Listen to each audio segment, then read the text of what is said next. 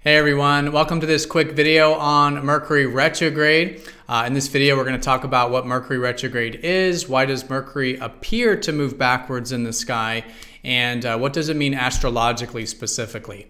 Alright, this is also a remake too. For those of you who watched the first video I had uploaded originally, Mercury's retrograde right now, which is why I'm remaking this video, or at least that's part of it symbolically. Yeah, so in that video I talked about how Mercury was retrograde when he's behind the sun from our vantage point, but it's actually when Mercury's between us and the sun is when Mercury appears to go retrograde. So let's go and look at that first. So why does Mercury appear to move backwards? So if we think about it from our vantage point, right, because we're on Earth, and here's the sun, let's say. Here's the sun in the center of the solar system. And here's the Earth just doing its normal orbit around the sun like this, and pretty slow relative to Mercury, who's like spinning around the sun in a very fast frequency like this.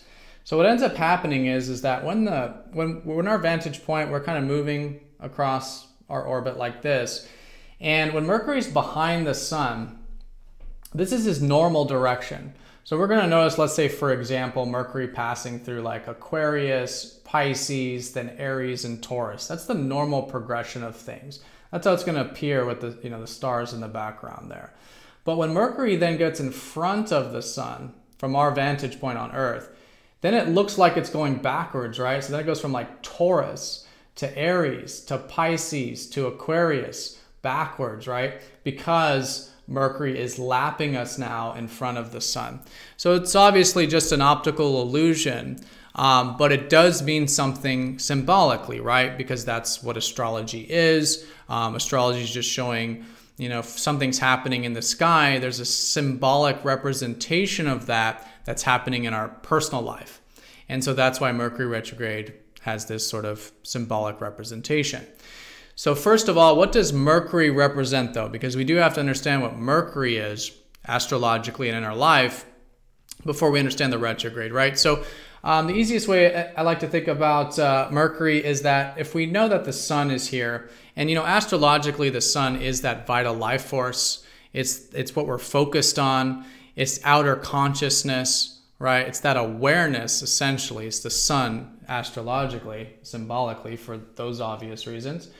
But if Mercury's orbiting really quick like this, and by the way, Mercury goes retrograde about 3 times a year, and for about 3 weeks, but we'll talk more on that. But anyways, Mercury's really fast like this.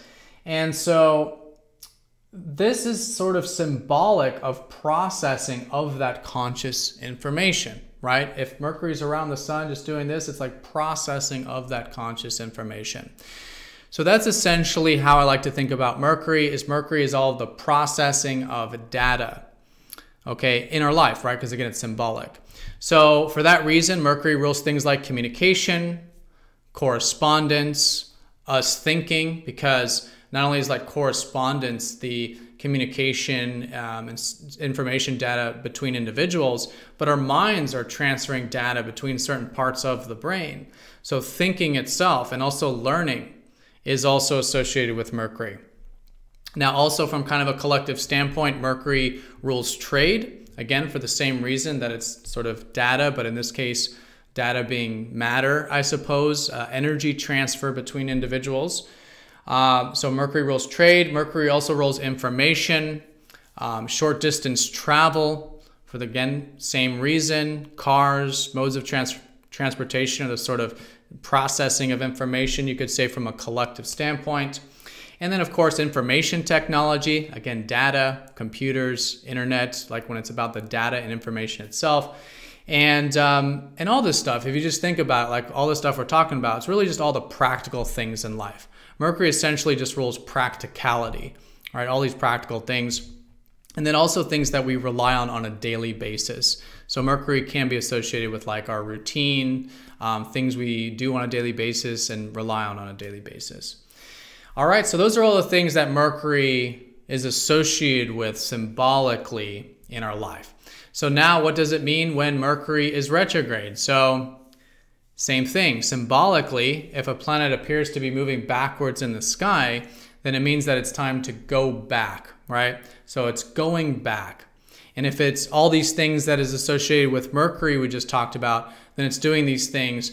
It's going back to do these things, right?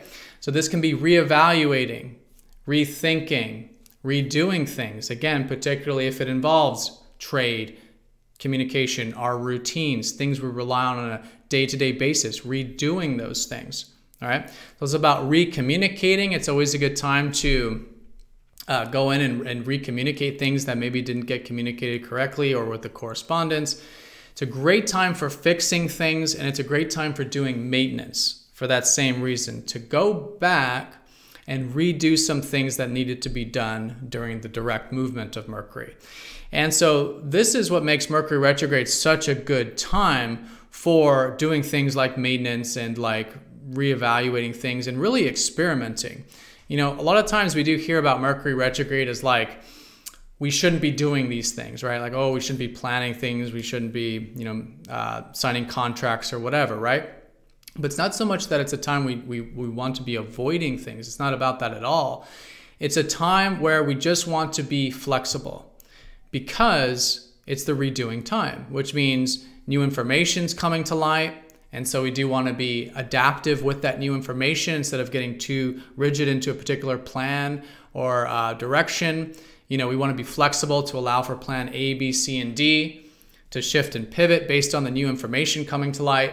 And then, yeah, anything that does allow for going back, right, and just redoing things. If Mercury's retrograde in your 10th house of career, it's a good time to go back and redo the career and try some new things, experiment some new things with your career, right? Because we learn a lot during the retrograde for that reason of going back, right? And even picking up data and information from the past that we left behind or we just forgot about, and then we go back and we're like, oh yeah, look at that. But we would never know that had we not gone back. So that's why it is a good time for taking action. It's just you want to do a sort of flexible action, right?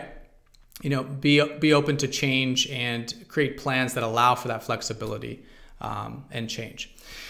So that's the going back thing. And then also too, you know, a way of looking at Mercury retrograde is that it's backwards, right? So that's the other, it's not only going back, but it's literally moving backwards. So if we think of Mercury as like our minds, you know, during Mercury retrograde, we're literally processing information backwards.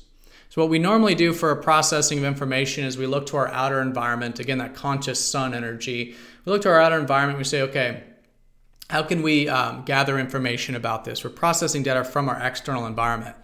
However, when Mercury's retrograde, we automatically start to process data from our unconscious, right? From the inner, right? So instead of going to the outside for information, we're going within. And that's, again, what makes it such a good time for reevaluating, rethinking. It's an internalization process.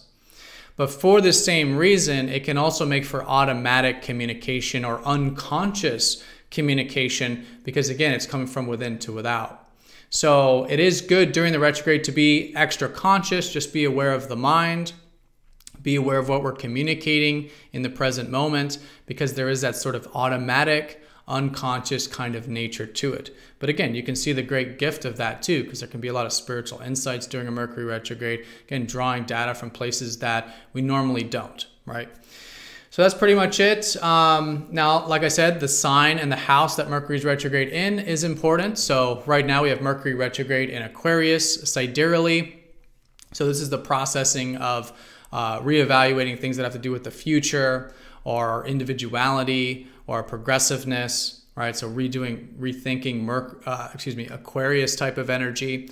When Mercury was retrograde in Pisces, that was reevaluating Piscean energy of like intuition, how we can have more faith and trust in life, things like this. And then obviously the house. So we're all going to have Mercury retrograde in a particular house. So again, if it's like your 10th house of career, that'll be the area that you're rethinking things and redoing things. All right, everyone. So, and then, yeah, 3 times a year for Mercury retrograde, happens 3 times a year. And then that's for usually about 3 weeks. So it does happen quite often. All right, so everyone, I hope this was helpful. Thank you for watching. Be sure to click that like button if you like this video, and I'll see you all in the next video. Take care.